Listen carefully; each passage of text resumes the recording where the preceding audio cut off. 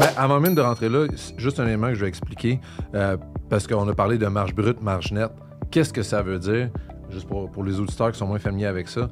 Quand on regarde l'état des résultats d'un produit d'une entreprise, l'état des résultats, c'est quoi? C'est là qu'on voit nos ventes, moins nos dépenses. Qu'est-ce qui me reste à la fin? Est-ce que j'ai fait de l'argent ou je suis à perte? Auquel cas, je revois mon modèle. Marge brute, marge nette, qu'est-ce que ça veut dire? Mais lorsqu'on regarde un état des résultats, on a ce qu'on appelle au début notre chiffre d'affaires, donc toutes nos différentes sources de revenus.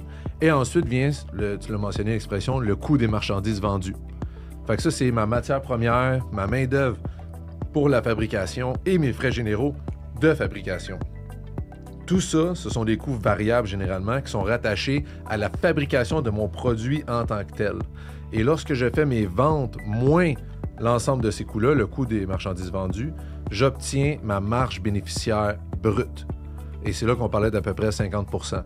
Mais c'est pas tout. Après, il y a autre chose. Il y a ce qu'on appelle en anglais les overhead costs ou les frais d'exploitation. Je pense que c'est le bon terme. Ces frais-là, ben, ça peut inclure, par exemple, les salaires administratifs qui sont pas liés à la production. Ça peut inclure le loyer. Ça peut inclure la promotion. Ça peut inclure frais de bureau, frais postaux.